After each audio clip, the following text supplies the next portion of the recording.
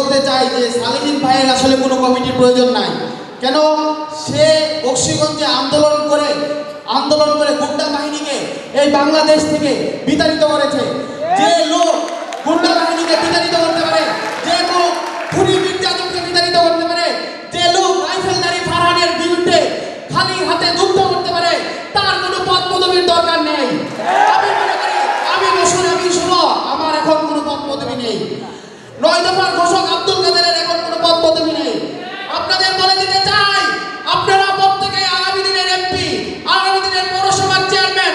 আপনাদের আমি বলে দিতে চাই, এই সামান্য পদ পদবীর জন্য আপনারা পিছিয়ে পড়বেন না।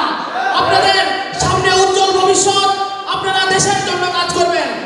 আপনারা দেখে যাচ্ছেন এই সামনের যত মেয়েরা আছে তারা সকলে এই খুনি স্বৈরাচার হাসিনার বিরুদ্ধে যুদ্ধ করেছে। আমাদের যদি কেউ দুর্বল মনে করেন তবে ভুল করবেন।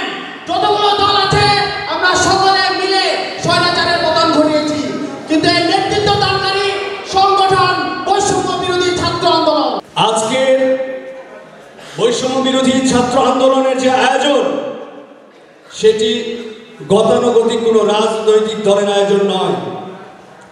এটি এমন একটি প্ল্যাটফর্ম, যে প্ল্যাটফর্মকে গঠন করতে, যে প্ল্যাটফর্মকে আগামী বাংলাদেশের রাষ্ট্র পুনর্গঠনে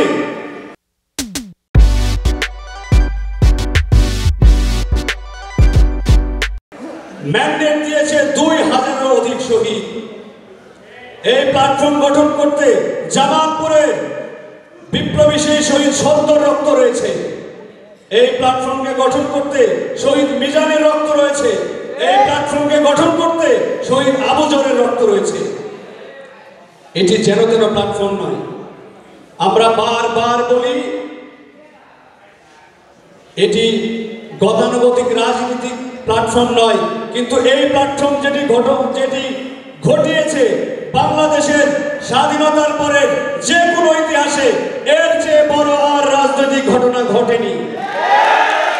আপনারাই সেই রাজনৈতিক ঘটনা ঘটিয়েছেন। এই জন্য আগামী বাংলাদেশের সংস্কার, আগামী বাংলাদেশের পুনর্গঠন আপনাদের হাতে। বিগত সময়ের যারা ক্ষমতাসীন দল ছিলেন, তারা এদেশের মানুষের স্বার্থে, এদেশের মানুষের দায়িত্বের জায়গা থেকে তারা দায়িত্ব পালন করতে পারেননি। সেই দায়িত্ব আজ আপনাদের হাতে এসেছে। সেই দায়িত্ব এমন ভাবে পালন করতে হবে যাতে আগামী বাংলাদেশের 50 বছর আপনাদের হাতে এদের সুরক্ষিত থাকে। সেই দায়িত্ব এমন ভাবে নিতে হবে যাতে সারা পৃথিবীর মানুষ অপার দৃষ্টিতে তাকিয়ে রয়। বাংলাদেশের ছাত্র জনতা এমন একটি বিপ্লব ঘটিয়েছে, যে বিপ্লব গত 2 শতাব্দীতে পৃথিবীর ইতিহাসে ঘটেনি। পৃথিবীর ইতিহাসে এমনটি হয়নি। মাত্র 8 জন ঢাকা বিশ্ববিদ্যালয় সেন্ট্রাল লাইব্রেরি থেকে যখন দাঁড়িয়ে যায়, এরপরে মাত্র 25 দিনে একটি সরকার পতন হয়ে গেছে। সেই বিপ্লব আপনারা ঘটিয়েছেন। এই বিপ্লব যখন আপনারা ঘটিয়েছেন, তখন আপনাদের কাঁধে অনেক দায়। সেই দায় আপনাদের নিতে হবে। আমরা যখন সেই দায়িত্বের অবহেলা করব, তখন বিপ্লব ব্যাহত হবে।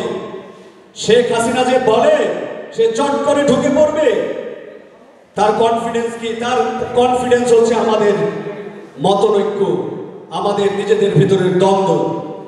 যদি আমাদের নিজেদের ভেতরের দ্বন্দ্ব চলতে থাকে, শেখ হাসিনা ঠিকই কিন্তু ফিরে আসবে।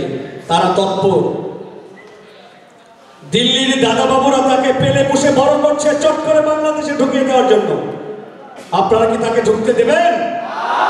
যদি ঢুকতে না দেন, আপনাদের ঐক্যবদ্ধ হতে হবে, হাতে হাত রেখে বাংলাদেশের সার্বভৌমত্বকে রক্ষা করতে হবে। আমরা চাই যে এমন একটা শিক্ষার্থী সমাজ উঠে আসুক যারা বুদ্ধিবৃত্তিক চর্চা করবে, যারা শিল্পের চর্চা করবে, যারা সাহিত্যের চর্চা করবে, যারা আমাদের আশেপাশের যে দুর্যোগ, ত্রাণ, এই সমস্ত বিষয় যেগুলো আছে এগুলো নিয়ে আপনারা কাজ করবেন। আপনারা মাঠে এই সমস্ত ব্যাপার নিয়ে অ্যাক্টিভ থাকবেন।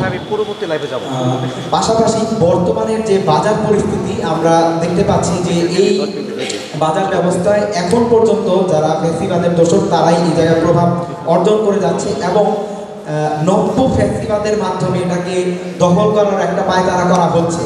তো এইটা থেকে এই সমাজকে রক্ষা করার গুরু দায়িত্ব কিন্তু আমাদের 24-এর গণ অভ্যুত্থানের যারা নায়ক আপনারা ছাত্ররা তাদের উপরই ন্যস্ত হচ্ছে। তো আপনারা সবাই এই বিষয়ে একতাবদ্ধ থাকবেন। প্রত্যেকটা পরিবার থেকে যদি একজন করে লোক দেওয়া হয় তাহলে 20-22 হাজার টাকা প্রতি মাসে প্রতিটা পরিবার পাবে, একটা স্থায়ী সমাধান হয়। এটা হলো আপনার অস্থায়ী চাকরি, আমরা বলি দৈনিক ভিত্তিতে, কিন্তু একটি রাজনৈতিক সরকার যতদিন থাকে ততদিন পর্যন্ত থাকতে পারে। আমি মনে করি যে এই ব্যবস্থাটা যদি আপনারা যারা সমন্বয়কারী ঢাকার থেকে আসছেন তারা যদি সংশ্লিষ্ট পক্ষের মাধ্যমে ব্যবস্থা করতেন তাহলে এই পরিবারগুলো স্থায়ী একটি, মানে এককালীন 2 লক্ষ টাকা 3 লক্ষ টাকা এর চেয়ে প্রতি মাসে 20,000 টাকা পেলে সে সংসারের জন্য সুবিধা হয় বেশি। আরেকটি বিষয় বলব, আমাদের জামালপুর পুলিশ প্রশাসন এই মুহূর্তে বেশ ভালো এবং আস্তে আস্তে তারা বেশ ভালো দিক এগুচ্ছে, কাজবাজ করছে। কিন্তু আমরা সিভিল প্রশাসনের মধ্যে